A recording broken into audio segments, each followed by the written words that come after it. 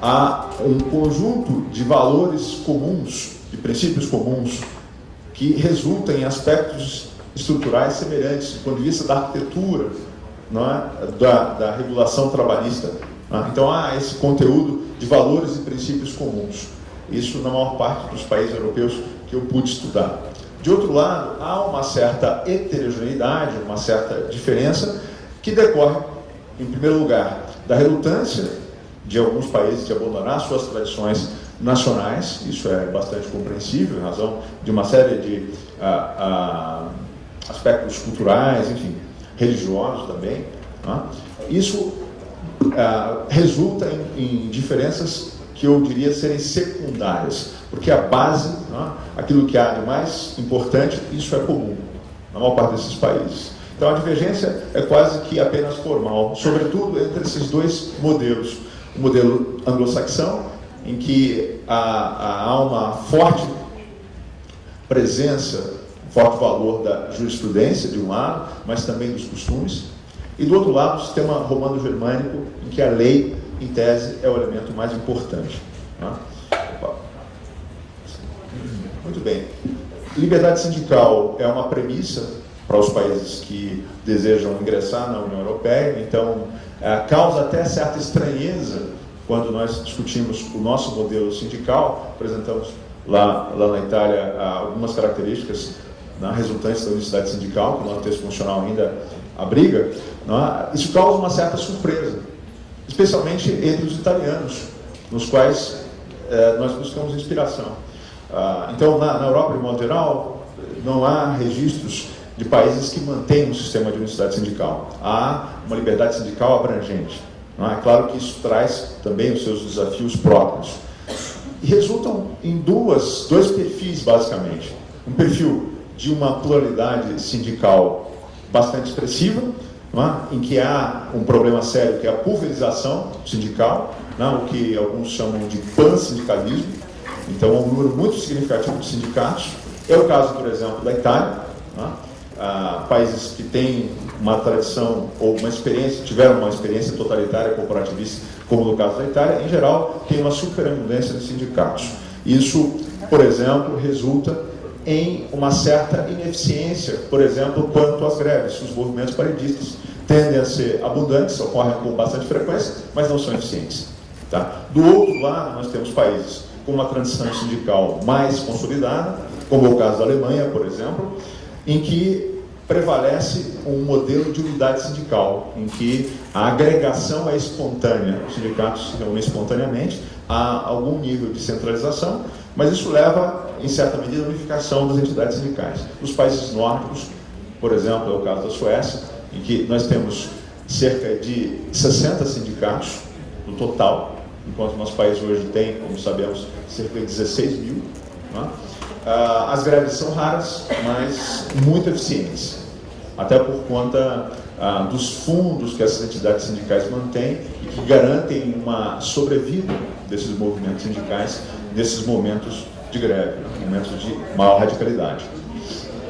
Muito bem. Uma outra constatação comum que nós podemos encontrar desse estudo é que, nesse momento histórico, a Europa vive um processo de erosão desse princípio que lá se conhece como tratamento mais favorável. Não é? Seria algo semelhante ao da norma mais benéfica aqui no nosso país, para usar a expressão do Plá Rodrigues. Não é? Aqui, basicamente, a atuação desse princípio se daria nos conflitos entre normas coletivas de diferente abrangência.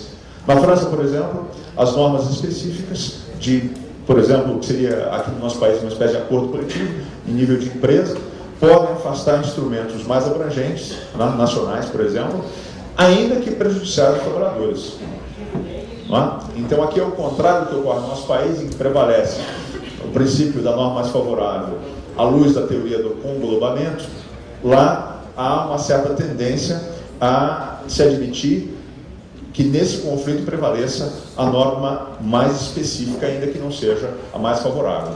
Na Itália agora está em curso um projeto que se conhece como Jobs Act, né, inspirado no direito americano, que é um pacote de medidas para flexibilizar o contrato de trabalho. No início, nas diferentes formas de contratação, contratos por projeto, contratos de prazo mais restrito, durante o contrato, para tratar, por exemplo, de salário, jornada. E no final do contrato, sobretudo, a principal mudança na Itália, nesse pacote de medidas, foi o fim da estabilidade, né? Então há agora, o antigo artigo 31 do Estatuto dos Trabalhadores foi modificado para permitir a ruptura do contrato, né, sem que se reconheça o trabalhador o direito à estabilidade que nós tínhamos no nosso país antes de 88. A recusa à negociação coletiva lá é vista como perfeitamente legítima, é possível a empresa simplesmente se recusar a negociar coletivamente. Isso não caracteriza conduta sindical. Só vai caracterizar uma conduta sindical se a recusa se destinar a um sindicato específico. Então a empresa diz, olha, não negocio com esse sindicato, mas negocio com aquele outro. Aí sim, isso pode ser reprimido, inclusive judicialmente. Mas a simples inércia, não. Já mencionei que as condutas sindicais são tipificadas como crime. Nos casos de conflitos internormativos, o que há de interessante na Itália é a existência de remissões entre essas normas coletivas de diferente abrangência. Então, por exemplo, um instrumento coletivo de abrangência nacional costuma se referir, mencionar, por exemplo, mecanismos de solução de conflitos entre os acordos de abrangência inferior. Um detalhe interessante também é que algumas matérias são reservadas aos acordos de menor abrangência. Por exemplo, compensação de jornada, criação de banco de horas, tudo isso é reservado, como regra, a acordos em âmbito de empresa, no nível de empresa. Negociado sobre o legislado na Itália, existe a possibilidade expressa de haver derrogação da lei por norma coletiva. Então lá prevalece o negociado sobre o legislado, mas o que é interessante notar é que, em geral, isso não ocorre, porque os sindicatos se tornam impopulares. O sindicato que efetivamente aceita isso acaba sendo, diante desse modelo de pluralidade sindical, acaba sendo alijado, descartado, porque não se mostra eficiente, não se mostra combativo, enfim. No caso da greve, o que mais me chamou a atenção, lá chamam de Sciopero, a greve, essa existência desse instituto, dessa instituição, na verdade, dessa entidade, que é a Comissão de Garantia que nós visitamos. Essa Comissão de Garantias, como disse, existe para atuar como uma espécie de observatório durante as greves em atividades essenciais. É interessante que entre os seus integrantes há juízes de cortes de contas, integrantes dos tribunais de contas, para supervisionar o que ocorre nessas greves. E há uma série de diretrizes interessantes, como, por exemplo, o calendário de dias em que não pode ser realizada a greve em alguns segmentos. Por exemplo, transporte aéreo, determinadas datas específicas, não se admite e é considerada de plano abusiva a greve que ocorre em determinadas datas específicas. Enfim, é um instituto, uma instituição muito interessante. Bom, deixando a Itália rapidamente, só para tratar brevemente de outros países, eu queria indicar alguns aspectos que também nos chamaram a atenção. Na Inglaterra, a taxa de sindicalização é, em média, de cerca de 26%, tá? Mas o que chama a atenção aqui é que no segmento privado, isso cai para 13,9%, enquanto que no segmento público chega a 55%. Então, a taxa de sindicalização no setor público é muito, muito maior. A legislação inglesa, paradoxalmente, é abundante, embora o país seja um país de tradição anglo-saxã, por isso mais focado na jurisprudência. Há um procedimento formal para a constituição de entidades sindicais desde 1999, mas se constata uma grande dificuldade de comunicação. Dos principais problemas hoje experimentados na Inglaterra, no universo das ações sindicais, é a dificuldade de comunicação entre os órgãos de cúpula da organização sindical, e os órgãos de base, por exemplo, os shop stewards, como que espécies de delegados sindicais, vamos chamar assim. Muito difícil, muito difícil. Na França, a taxa de sindicalização está entre as menores da Europa, 7,7%, uma grande crise que se instalou. Há um número comparativamente pequeno de sindicatos, mas grande de entidades de segundo e terceiro nível. federações e confederações, o que mostra também um certo desequilíbrio, uma distorção no modelo francês, em que há uma forte contaminação política das entidades sindicais. Esse é visto como um problema dentro do modelo francês, em contraste com os outros países, especialmente os países nórdicos.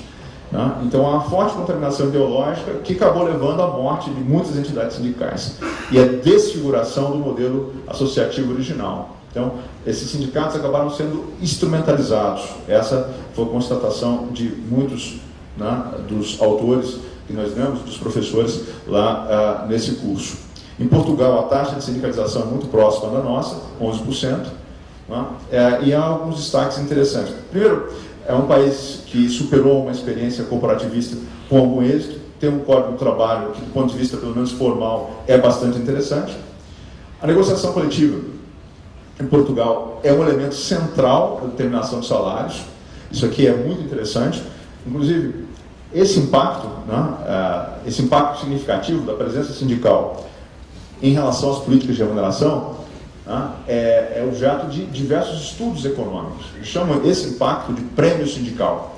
Ou seja, qual é a importância, a influência que a presença das entidades sindicais, a sua atuação, exerce na fixação desses salários. Há inúmeros estudos, eu tenho alguns relatórios, depois que tiver interesse, posso encaminhar, mostrando o impacto significativo da atuação dos sindicatos nesse aspecto. Há, assim como no nosso país, o monopólio da atuação sindical na negociação coletiva, na representação dos trabalhadores, tal como ocorre no nosso artigo 8º, inciso 3º da Constituição. Lá no artigo 56, há expressa previsão nesse mesmo sentido. Também em Portugal existe essa possibilidade de extensão das normas coletivas, que eu mencionei lá na Itália, mas isso levou a um problema sério em Portugal, que foi a vulgarização. Houve um número muito grande de portarias de extensão.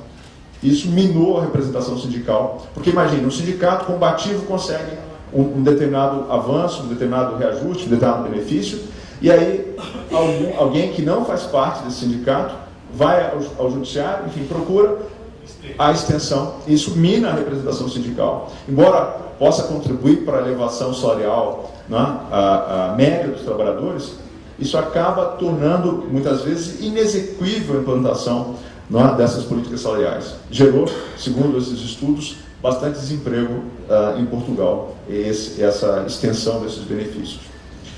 Depois, o grande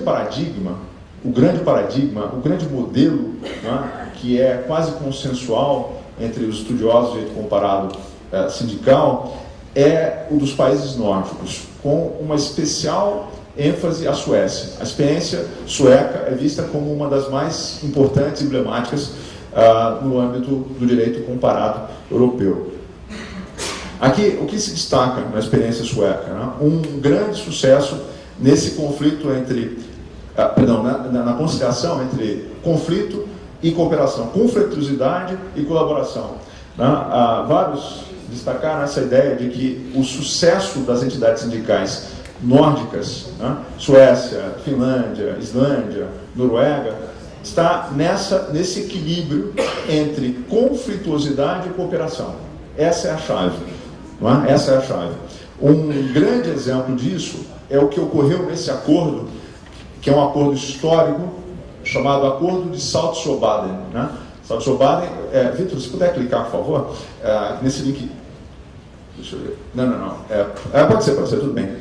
Deixa eu avançar aqui. Essa é a foto desse acordo que aconteceu em 1938, na Suécia. E lançou as bases que redefiniram as possibilidades de solução de conflito entre capital e trabalho. É um acordo bastante interessante, merece estudo. Depois, quem tiver interesse, eu tenho o texto desse acordo, algumas traduções, infelizmente, só em inglês, em sueco seria um pouco mais complicado.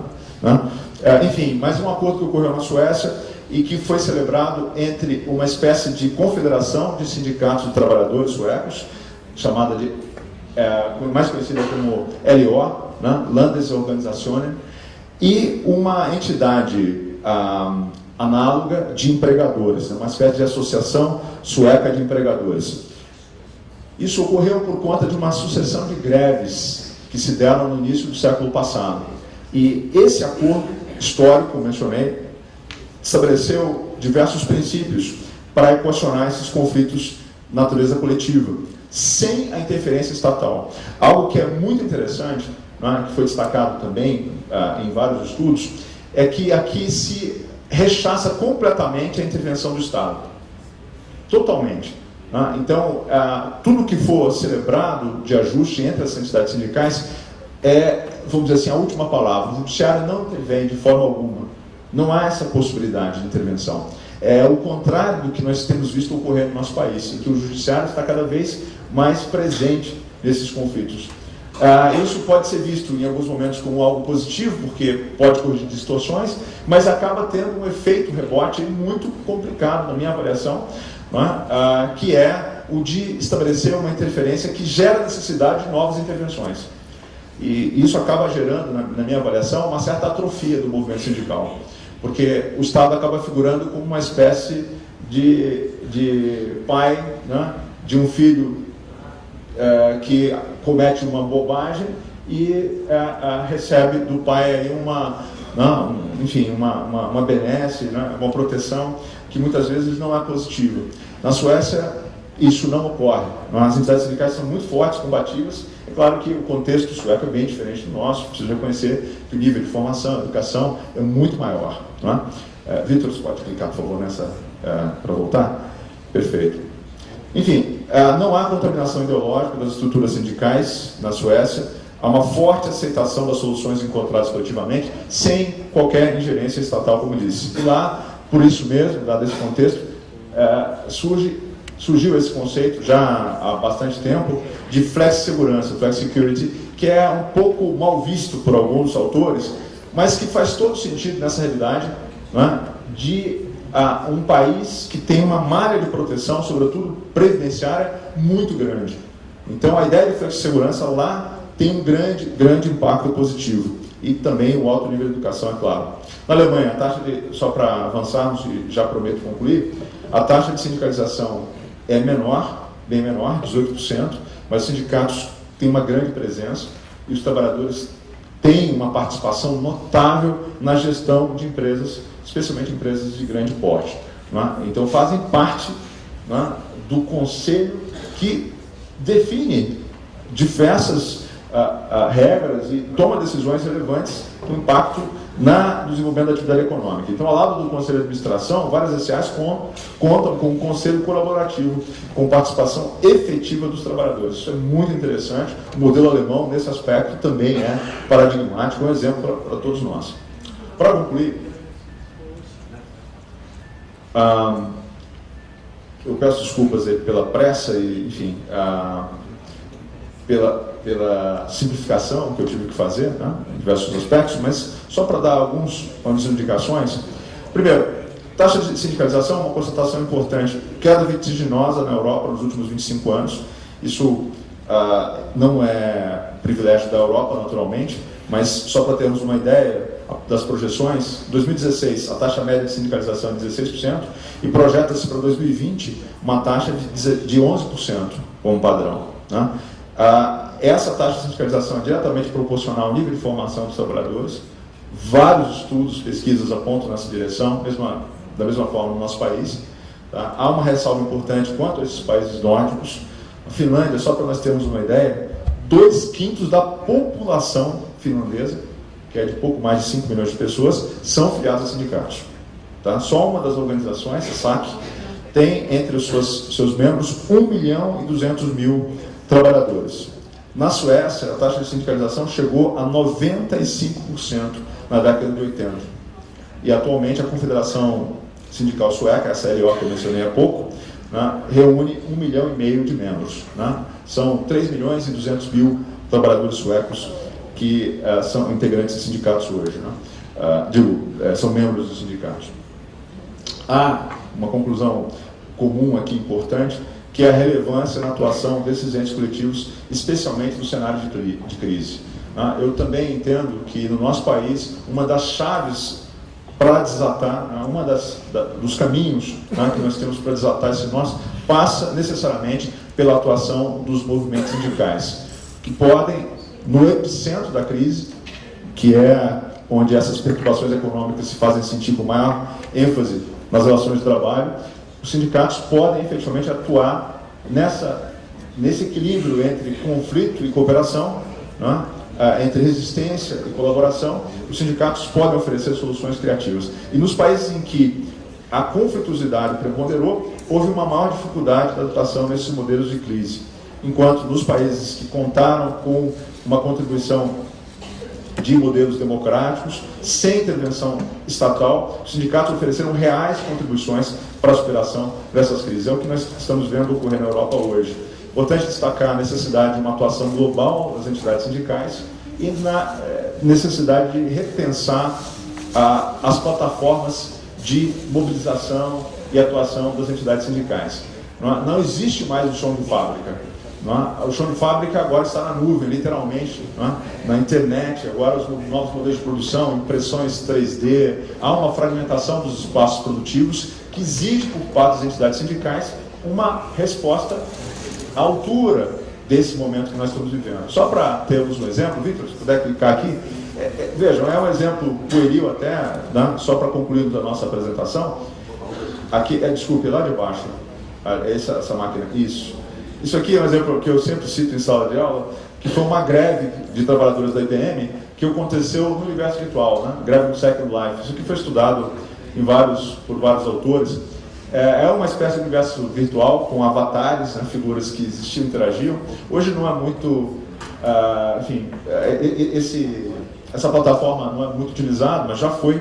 Né? E na época, os trabalhadores da IBM de diferentes países, Espanha, Inglaterra, se mobilizaram nessa plataforma virtual e fizeram uma espécie de movimento grevista na plataforma, em que eles não deixaram as estações de trabalho e discutiram reivindicações, enfim. Foi um modelo interessante, é claro que não é isso que eu estou sugerindo aqui, é só um exemplo. Então, exatamente. Quer dizer, a ideia é repensar as formas de agregação e de mobilização. Por fim, eu encerro só com um último destaque, que é a ideia de que nós temos que refletir sobre a arquitetura de proteção que existe no nosso país hoje. Não é? Infelizmente, a constatação que se chega na Europa é de que o modelo de proteção que foi lançado há algumas décadas já não responde à altura dos desafios do nosso tempo.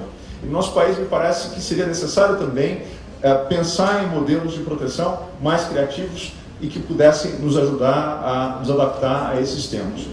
Muito bem, eu agradeço a paciência de todos e mais uma vez lamento pelo assolamento, pela pressa. Obrigado.